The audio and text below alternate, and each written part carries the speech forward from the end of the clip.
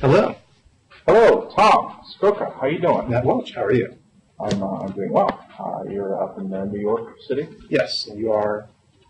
I'm here from Reasons DC headquarters near beautiful DuPont Circle. All right. I am for the viewers at home, I'm the editor-in-chief of Reason Magazine, the magazine of free minds and free markets.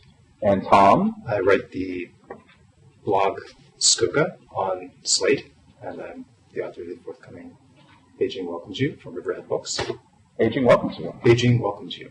Oh, Beijing welcomes you. Yes. Hello. Yeah, I think Beijing welcomes you a bit more than I. Well, I'd love to talk about that. I didn't realize that was in the works.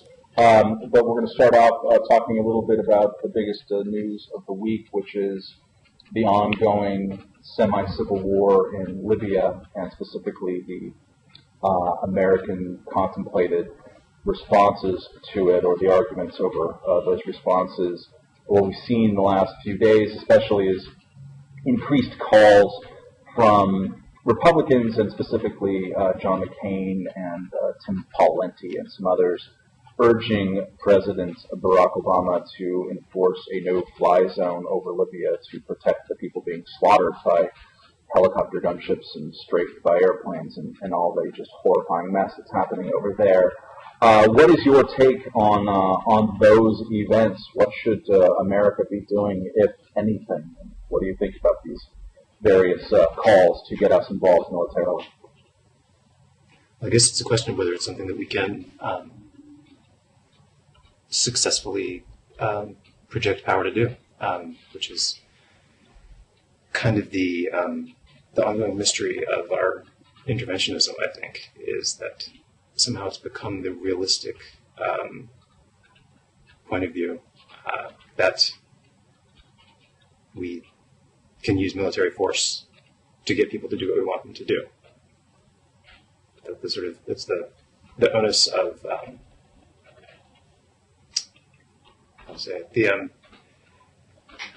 the idea that non-military action could accomplish anything. I'm just talking in general here, not about the Libyan situation specifically. Is somehow the burden of proof is on the people who think that non-military action could accomplish something, whereas the idea that military action will accomplish the thing that it is designed to accomplish or is intended to accomplish is taken as a given, which I think is sort of what happened in Iraq. And what happened in Bosnia and Kosovo, where one could make the argument that it did ultimately accomplish what it was intended to accomplish, which is to stop Serb slaughter over ethnic minorities on its disputed territory. I mean, to me, that's where the discussion gets truly interesting, is that there are moments that U.S. military intervention, and it's one reason why we always have a U.S. military intervention, can produce something that simulates the intended results, at least. And so then you get into a philosophical territory. So, so we could, let's say, for the sake of argument, I'm not sure that we can at all, but we could stop the slaughter. We could make Qaddafi's life uncomfortable. We could probably decapitate the regime using American military power and give support to, more or less unarmed rebels, or to depose one of the worst human beings on the planet. So why not? If it's a question of utilitarianism, can we plausibly project that power? Let's say that we could. So why wouldn't we? Why shouldn't we? Well, there's sort of chain of supposition there that starts very smoothly and persuasively, and then moves into trickier territory. As far as the projecting military power to stop the military slaughter on the ground goes, that's something that we do have an overwhelming military advantage at doing. It's then when you get sort of past the decapitation part into the subsequent engineering of politics on the ground that we stop having this straightforward ability to make what we want to happen happen. Yeah, and I think that a thing that people never really revisited with Bosnia and Kosovo, and I've written about this a lot over the years because at the time I was in favor of those interventions. But how does that lower the bar for future interventions? I think by any reasonable assessment of what was being discussed and approved at the UN Security Council, Kosovo had less international legitimacy as an intervention than the Iraq War. There weren't any UN resolutions helping to justify that at the time. But people said, "Hey, look, we don't have boots on the ground. It's the right thing to do." There's people, generally understand it in European capitals. But what it did is that it created a template which, as of 1993, was totally unimaginable, but by 1999 had become accepted sort of wisdom, largely on the left and the right alike, although with different measures, different emphases, that we can and sometimes should intervene in what is essentially the internal affairs of a really, really bad guy. And once you cross that threshold, it's a very, very short walk to preemptive war. And so this creates unintended consequences beyond just that it's difficult and messy to figure out what happens next on the ground. And it will be no matter what happens in Libya. Libya is going to be a mess, I think, it's a guarantee for 5, 10 years, 20 years. I'd be very surprised and happy if that's not the case, but it's very difficult to imagine that. But it creates a sort of long sweep of expectations, a slippery slope, if you will, from should we sit idly by while grandmothers are being picked off one by one in the streets of Sarajevo by Serbian snipers, to now America is expected whenever there is something like this happening, like, okay, why don't we send in this military?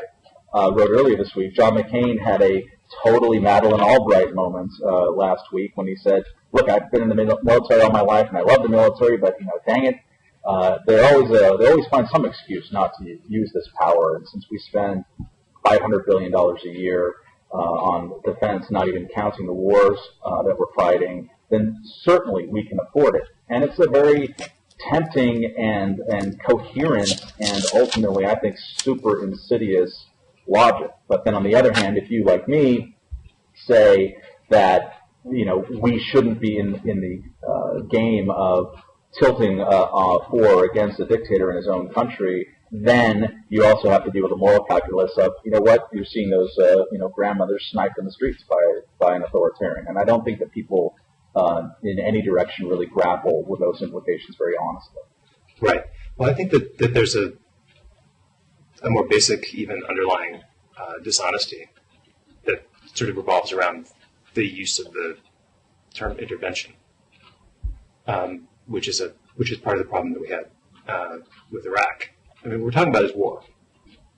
We happen to have really awesomely lopsided military power that allows us to fight war by having people fly over places and drop bombs and stuff, which sort of feels less involved than sending people in on the ground to get shot at.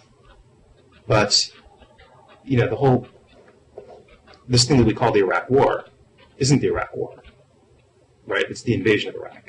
It's a military tactical decision to stop fighting a siege war by air, which we had been fighting since the early 90s in Iraq, and which we were winning, and which was, severely compromising the ability of Saddam Hussein's regime to do anything, and to switch tactics and send in troops on the ground. But we were using our warfighting capability to blow stuff up and inflict our will on another country before the Iraq War that we talk about under George Bush started.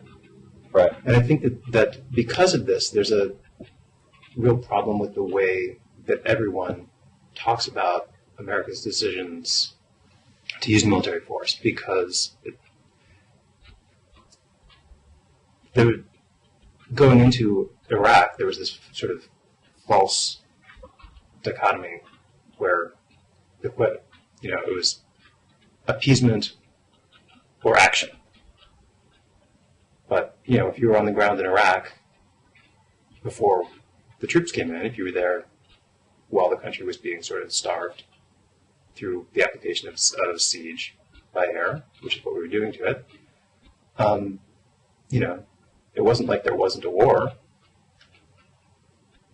And so pacifism wasn't really on the table. And I think that this idea of intervention as being something that's not war keeps people from talking clearly about the actual moral decisions that are being made, whether you're in favor of going to war or not. I think that's an excellent reminder and way of looking at it.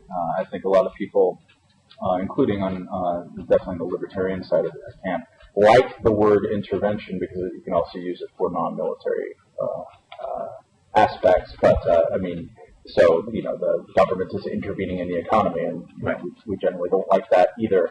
But you're right. I think it is when talking about stuff that blows people's legs off, it's not the most accurate word to discuss. And I think you're also right to look at sort of the baseline assumptions here and what is and is not at the table. There is just the assumption. You can feel it in the criticism of Barack Obama. And Obama is someone who I don't really particularly like as a president. I should mention that. But in the criticism of how he's handled Libya, how he handled Egypt, how he handled Iran's protest last year, none of which I think he handled perfectly by any stretch of the imagination. But there is a tangible aching, a sense of almost embarrassment that America is not central to these events. That it's not. John McCain just came back from a 12-country trip with Joe Lieberman, and he said with some bitterness that the biggest hero in Libya right now is not Barack Obama, but it's Mark Zuckerberg. And from my point of view, I want Mark Zuckerberg to be a hero, not just to expose, the social network as a piece of propaganda, but also, people should be embracing tools that liberate them more than politicians who they don't have any otherwise connection to. The idea that America needs to be in the middle of everything actually runs counter to the impulse that the same exact people, John McCain and others, will talk about when talking about Libya and Egypt. They want America to be on the side of freedom fighters. Yet when you insert America as a protagonist, the central protagonist in the story, it warps all other aspects. So it becomes an America story and not a locally owned story. And I am convinced, having lived in Central Europe for 8 years just after the fall of communism, there is just a category difference of the quality of post-revolutionary life in countries when the revolutions were owned by the people as opposed to imposed or heavily influenced from abroad. So there's to me a fundamental incoherence. If you want America to be central to the story, then you aren't at the same time, I think, in the long term, really supporting the freedom fighters that you claim to be supporting, because there's some incompatibility there. The responsibility needs to devolve on the local level, and the horrifying thing about that is that if you take that as an approach, which I think Obama has, and I think that's the direction of American policy for a number of practical reasons, still you're going to be in situations where you seem to be sitting on your hands while people are being machine gunned down in the streets. Right. I don't know. It does. Yeah, you do then get into the moral question of whether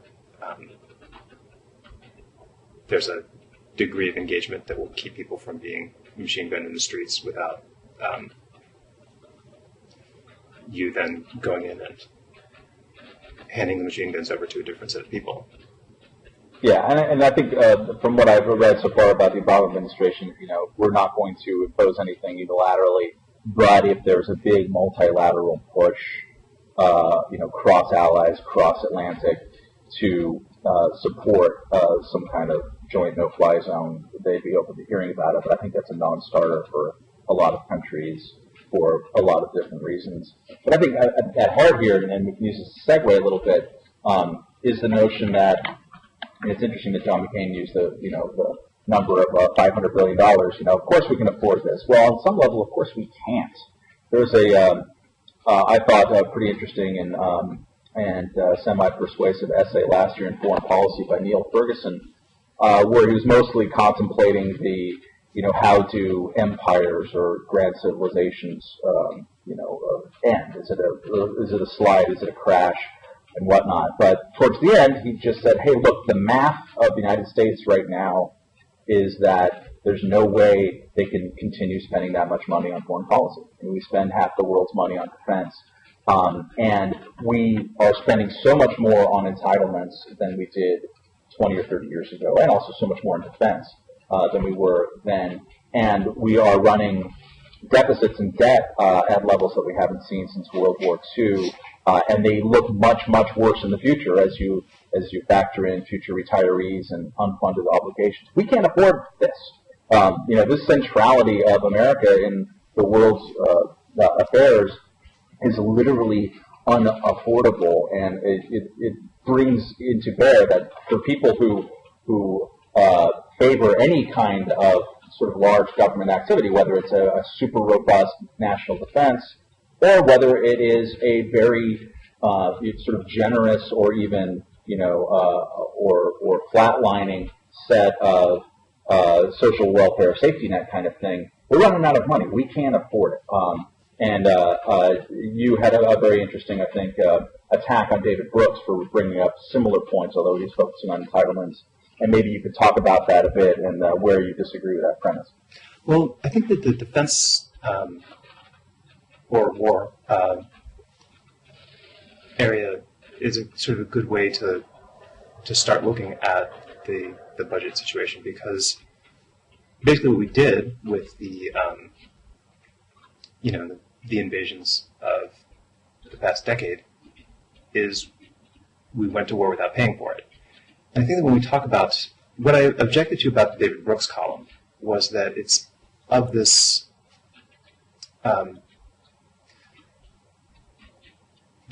he's one of those people who talks about the deficit and the debt as things unto themselves.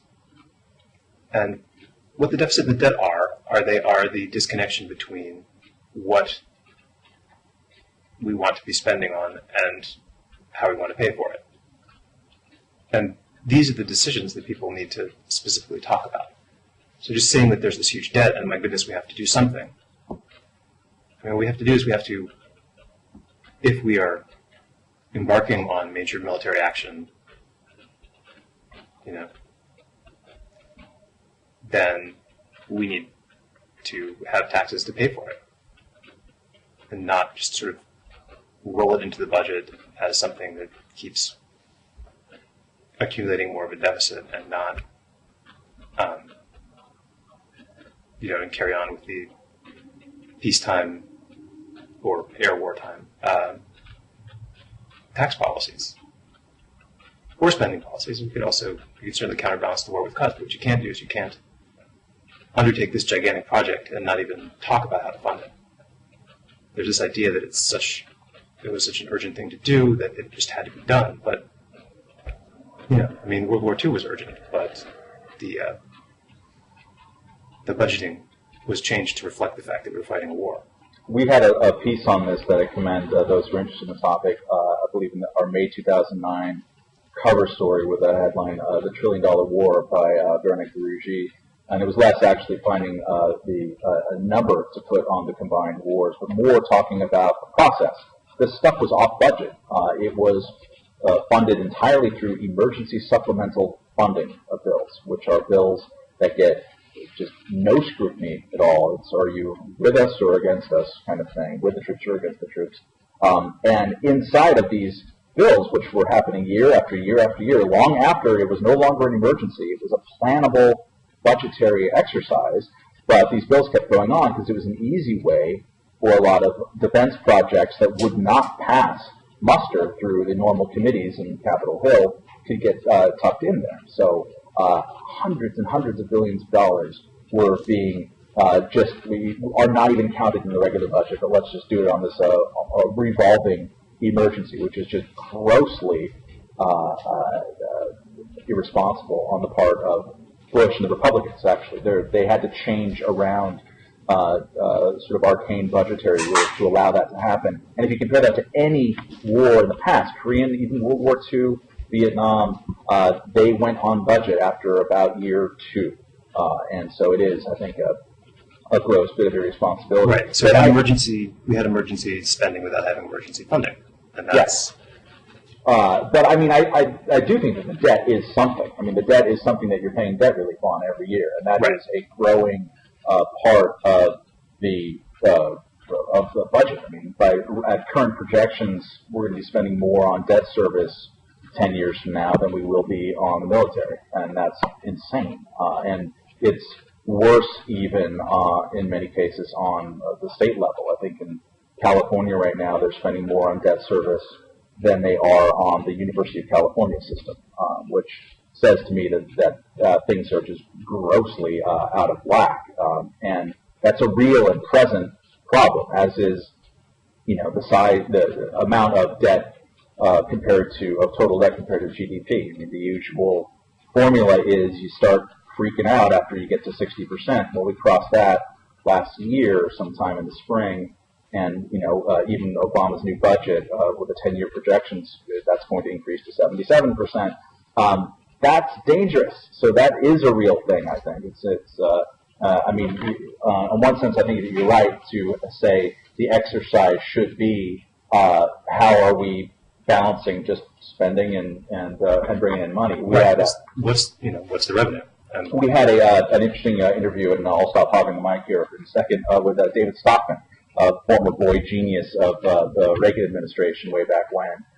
He argues for tax increases, which you might support, on a similar line, which is that, if we run these deficits right now, we're just putting taxes on future generations, and that's dishonest. His big criticism with Reagan is that Reagan came in saying, we're going to do spending cuts, and what he did is that he trimmed a bit of spending on the non-defense side, gorged on defense spending, and then pushed through tax increases, tax decreases.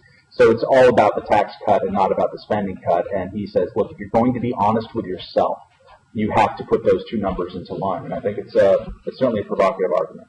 Right, and that I think is the thing about the discussion turning to entitlements and pensions and those sorts of things, because the thing is that those are, if you look at the case of pensions, right, people are going to retire, right? Speak for yourself, pal. Yeah, everyone's going to retire or die. But people are going to enter a stage of their life when they're not earning money.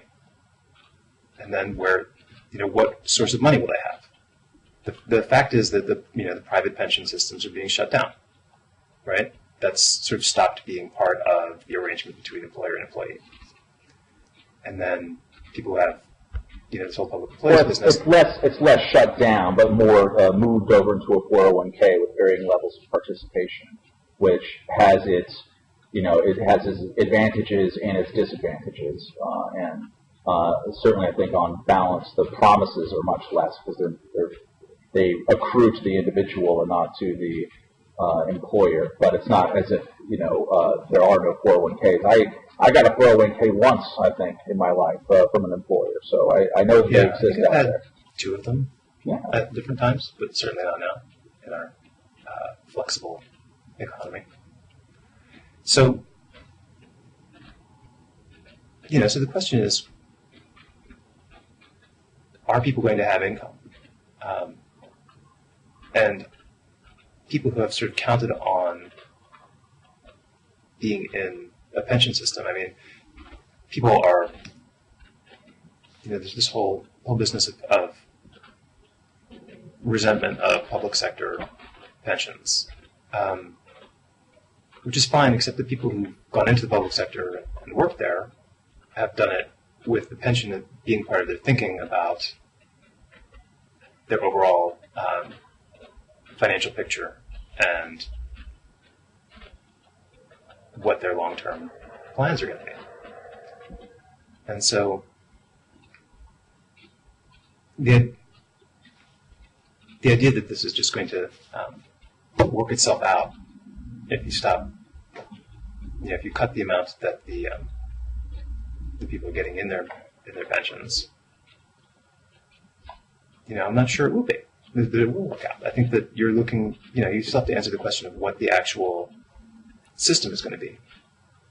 Well, if you look at, I don't think that anyone has yet to put anything serious on the table on a national level when we look at what's going to replace the system.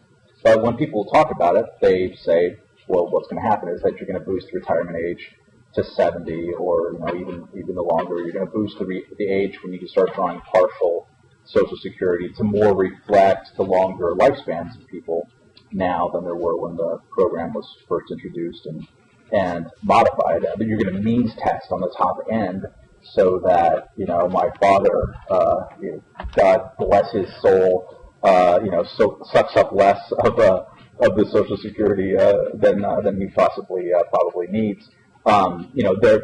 There are contemplated ideas about that, and they strike me as non-insane at this point. But I don't think they're on the table. And the state and local public sector pensions is I think it's a much kind of sharper, stark debate because states can't print money, and I think it's a little known understanding or development in 2011, and it's why we're having these discussions like we're having in Wisconsin and Ohio and California, is that the federal spigot got turned off once the House was taken over by Republicans. There is no more stimulus to bail out states for their ginormous deficits, and so they have to confront these issues really for the first time in a super serious way.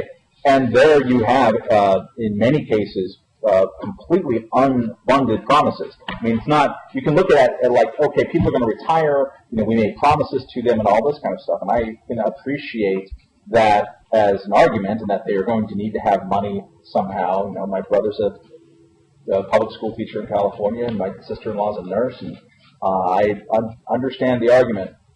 But here's a reality against that argument, is that we're out of money. I mean, you're going to have to pay for it. If you want to pay for that thing, then you're going to have to cut these 5, 10 other things, or raise taxes on everybody to a level that the population has repeatedly showed they are not willing to bear.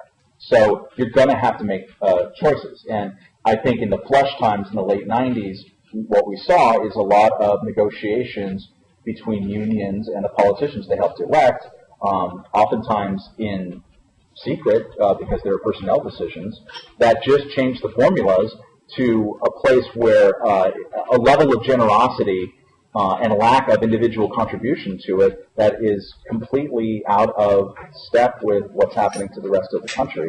And so if you want to have that, and by all means argue for it and defend it, but recognize that you're going to have situations like you have in California where libraries are not just closing 1 day a week, but 2 days a week now. And you just can't afford all the nice things that you want because an ever-growing part of what is really a zero-sum pie is going to funding or making these promises. So you have to make a choice somewhere, blaming it all on pointing the finger at those of us who have been pointing this out for 10 years is sort of like mean evil Richies. I think is a tactic of delaying. It's not really confronting what is a real, actual problem in the hands of people like Jerry Brown and Andrew Cuomo. Right. Well, I mean, California is especially a problem because California, it has to be zero-sum because there are such hard caps on how much revenue the state can raise. Right. I mean, they've got their taxing locked down, but not their spending locked down, and so they just changed that formula somewhat, where you can. There was a proposition over here, which one that passed in November, that loosened up the voting strictures on introducing tax increases, and as part of the package that they're trying to hammer out this week, and who knows if they're going to do it, but it would be a proposed series of spending cuts and austerity measures, and with that, the Republicans would agree to put on the ballot for June tax increases and see whether people will actually sign up. Yeah. But I'm sorry to interrupt you. So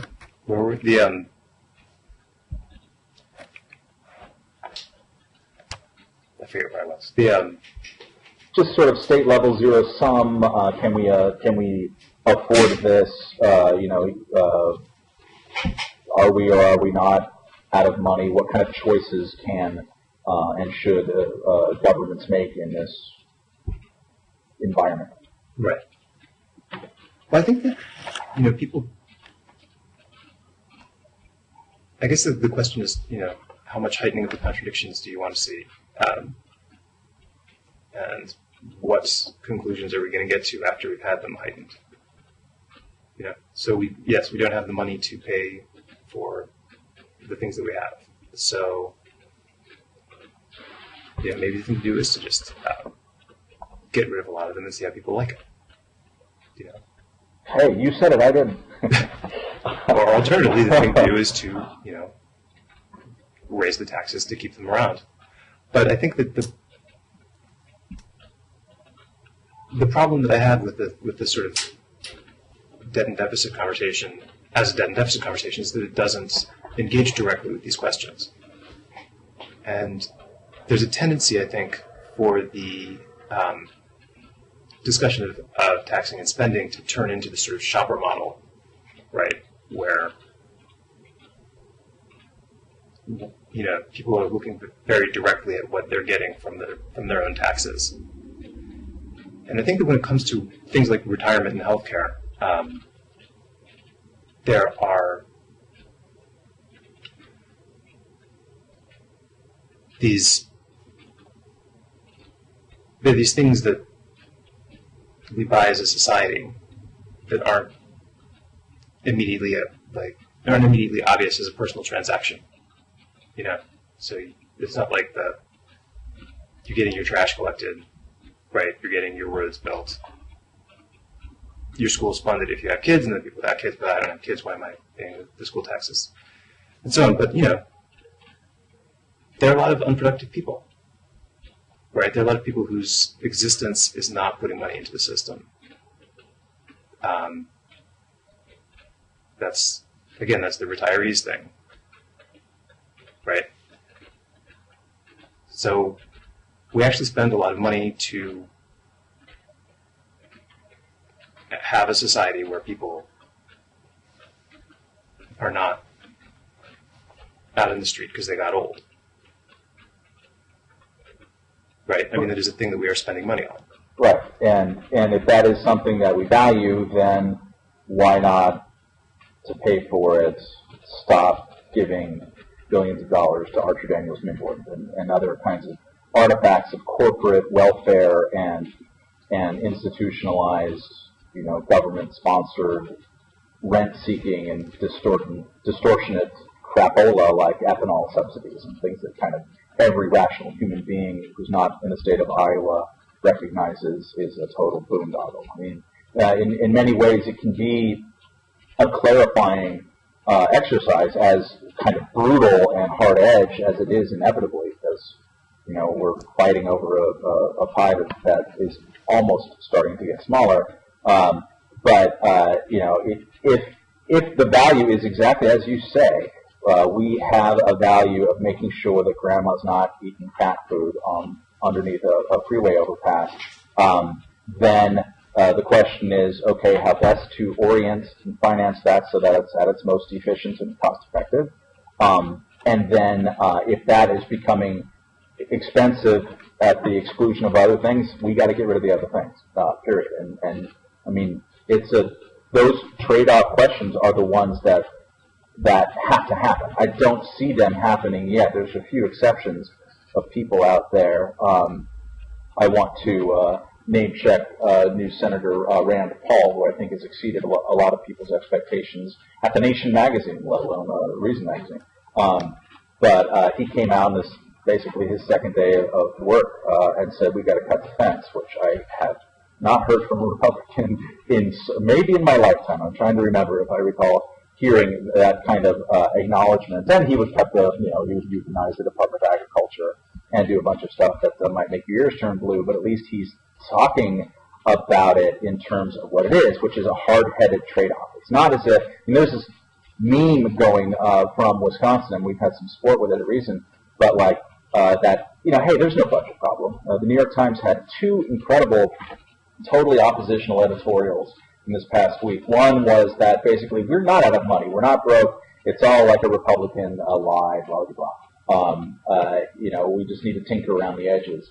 And then they had a very, very detailed blow-by-blow editorial 4 or 5 days later talking about how public sector unions, their words, not mine, were like breaking the budget in the state of New York, in Albany. And they're just going boom, boom, boom, boom, boom. Here are the 1,000 ways that happened. So, I want not necessarily to end up at a place of blaming a favorite outgroup, but rather let's have an actual conversation that we are now in a moment where you have to make trade-offs. You cannot wish this thing to go away. It's not, I'm sorry, Michael Moore and Rachel Maddow. It's not a matter of like waving your hands and saying this is a conspiracy by rich people, to pretend that there's a problem when there isn't. There is a problem. It's on us everywhere, and we have to decide what we can live without. But enough pessimism. You're writing a book about China, and I want to make sure that we get that before your kid comes barging in and ruins the moment. I think that sort of goes to the question about how we're how we're paying for what we do, and what it is that we're choosing to do as a country, because we still are the richest country in the world. So why are we? What trade-offs do we really need to make, and what can we afford to do? It's a little weird that we're worried about our inability to do things. When basically Beijing has, I'm trying to think of how many, they just opened 5 more subway lines. When I got to Beijing for the first time in 2004, there were 2 subway lines, I think. And now there's more than 10. Meanwhile, in New York, the 2nd Avenue subway is, the first phase is, I think, actually underway, and it's going to go about 20 or 30 blocks, within the next decade or so. So, we have,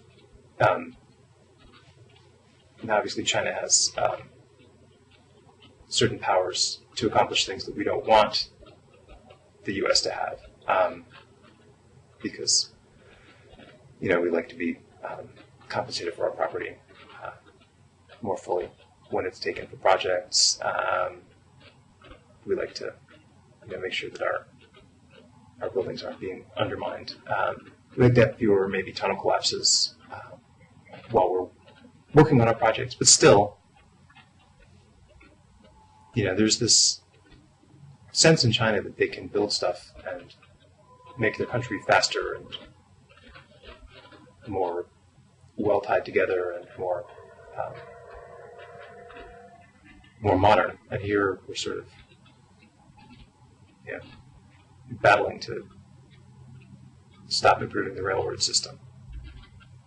Yeah, and I always wonder with this stuff. When I worked at the LA Times, we had, the mayor of Villalobos would come to town. He's a big transit advocate and like Subway to the Sea guy, and he invariably would just be coming back from China and, saying with wonder how quickly they're able to get stuff done there. Besides the whole, you can get stuff done if you don't really respect individual property rights and such. How much of it is that you are taking a cross-section or a snapshot of a country, or like the modern tip of the spear of the country, and now my metaphors are just all, I don't know where I am, as they're going from something close to abject poverty to quasi-modernity. And so that's just going to look, it's going to have much more velocity. It's going to be more surfacely impressive than sort of an old and built out kind of democracy out there. Like, how do you check yourself, and what do you think about that? Well, there is certainly that aspect of it, that there are large amounts of gains there to be made because so much of the country is starting from so far back. But I think that, on the stuff like like the railroad networks, it's not about them sort of catching up to where we were in 1970.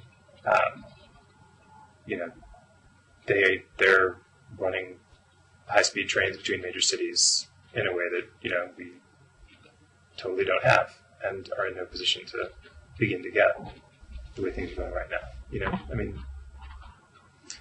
Yeah, so they're leapfrogging to a place that it doesn't seem that America can contemplate, and that is itself sort of they have this amazing and troubling in some level. Right. They have a degree of ambition that we seem to not have as much as we used to. I don't know. I don't know how many speeches about high-speed trains, including Chinese high-speed trains, we've heard. Hello, I'm on the phone here. Okay. All right. Tom? Yes. Yeah, that was, I don't know who was intervening there, speaking of intervention. But that, we are throwing money at high-speed rail networks. Obama is trying to and Joe Biden are certainly super interested in rail. We still get, at least some of these things built or begun to be built. A large problem is that some of the proposed lines don't make any sense at all. The line that would make most sense to me, although of course I haven't studied this in any detail, but as a human being, would be from downtown LA to the Las Vegas Strip. Right. But even the proposed line in California, there's just mountains there. There's this San Andreas Fault. You're not going to be saving much time. I think that there's this sort of like train envy out there. You can't, because of the way that the Eastern Seaboard is built out, you can't have super high-speed rail between very closely connected cities that aren't perfectly linear between one another. I just wonder if we're asking the wrong questions. I am a train enthusiast. I've taken the TGV between Paris and Lyon 1,000 times in my life, and that's one of, as far as I know, one of the only high-speed rail networks that make total sense. Two huge population centers, downtown to downtown, and you save a ton of time no matter how you slice it. So that makes sense. But I think sometimes, if anything, we over-romanticize specifically trains. There are other aspects of progress and modernity that maybe are more interesting. But have you been on those high-speed trains? What are they like? Yeah, they're fantastic. The Beijing Tianjin train, and from Tianjin to Beijing, I think it was a shade under 40 minutes. When it's about a 2-hour drive, it actually took longer as progress marches. Getting from Tianjin to Beijing was faster than getting from the Beijing railway station back to our apartment. Because at the time there were 3 million cars in Beijing. That was 2008, and now there's 4 million. How long did you live in that time? So I was back and forth between Beijing and New York in 2004, 2005, and then 2006 through 2008 I was there full time. So. And you were working as a journalist? Who were you? Yeah, I was working for the Observer, New York Observer, and I was working on the book and doing. Because of course the New York Observer can afford a China correspondent. That makes sense. Yes. Well, they were able to for a while. Yeah. And so, but yeah, so it was right in the middle. What the book is about, really, is about sort of watching Beijing put on its Olympic transformation, which was both sort of the substantive process of modernizing and rebuilding the city, and this fascinating to watch symbolic effort to put the city across as a welcoming destination for the world and the world's press, which isn't going so well these past few weeks. Yeah, talk about that. What intelligence can you bring us from Planet Jasmine? Just mostly what I'm a little loath to get into extended email conversations with people over there about it, because who knows who's reading their email. But certainly when I was there was a sort of vague sense that they were suffering you as a journalist to be there at their pleasure, and if you irritated them, they could kick you out, but it was mostly profoundly theoretical back then. There's a greater chance of you being able to get your assistant in trouble.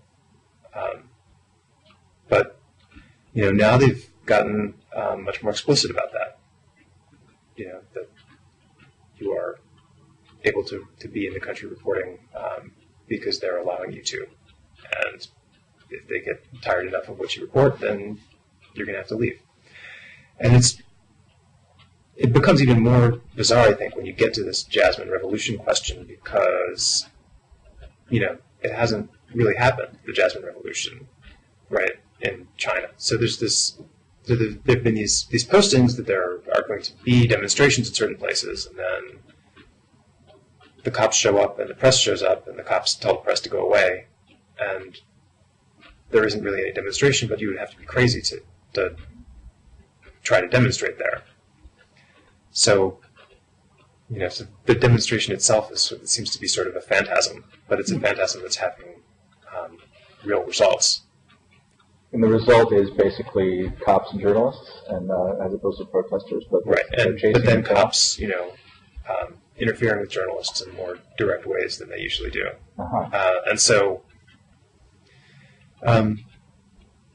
China's not always terribly smart about perceptions of its exercise of power, and this seems to be one of those cases where it's sort of like they are making sure to be the thing that people are afraid they would be. Sort of being provoked into being more overbearing and dictatorial than they are in their day-to-day activities.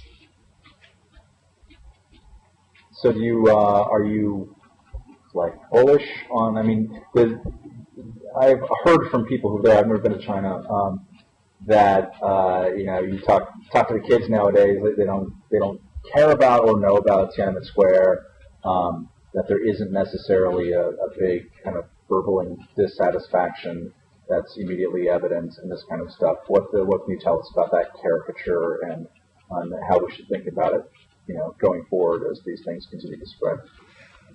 Well, it's hard to know. I think that people are definitely caught up in prosperity and material progress, but the prosperity and material progress are uneven. As far as sort of sources of meaningful and substantial unrest go, at the moment, I think that the government has worried more, even about the sort of specter of rural unrest, and that masses of poor people who aren't getting as big a share of the progress are going to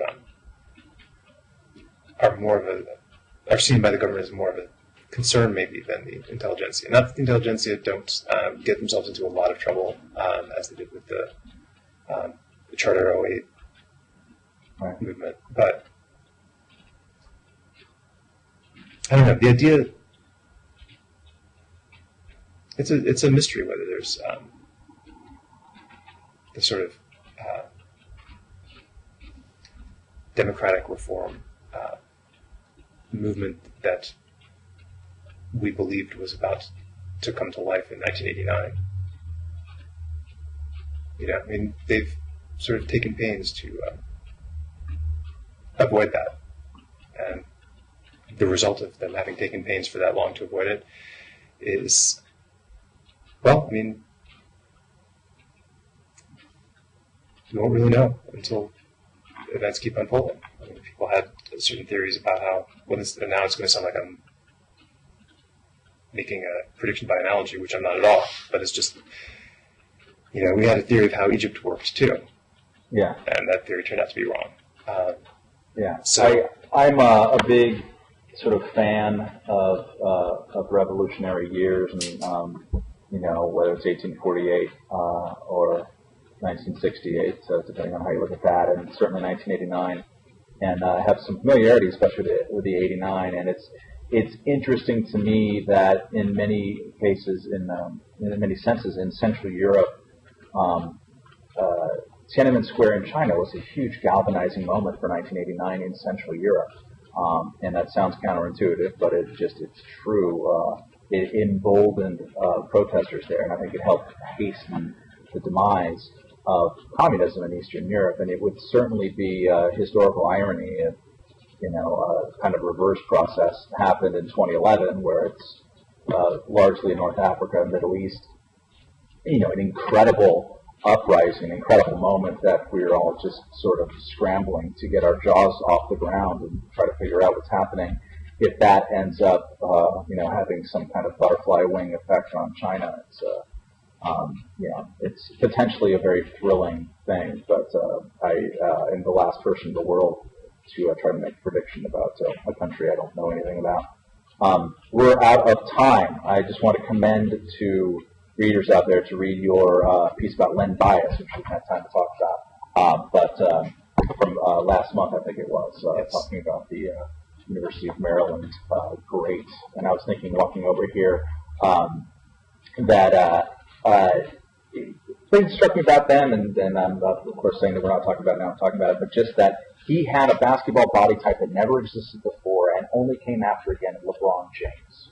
I'm going to throw that out there and see what the world thinks about it. But like a 6'8", 250-pound ball-handling monster who could just physically change things, and was a remarkable player to watch and an integral part of both of our childhoods. But with that, we should stop. All right. Thank you very much. This has been fun. Yeah. And for Logging Heads, I'm Matt Welch. And I'm Tom Scocca. Okay. Bye-bye. Thanks.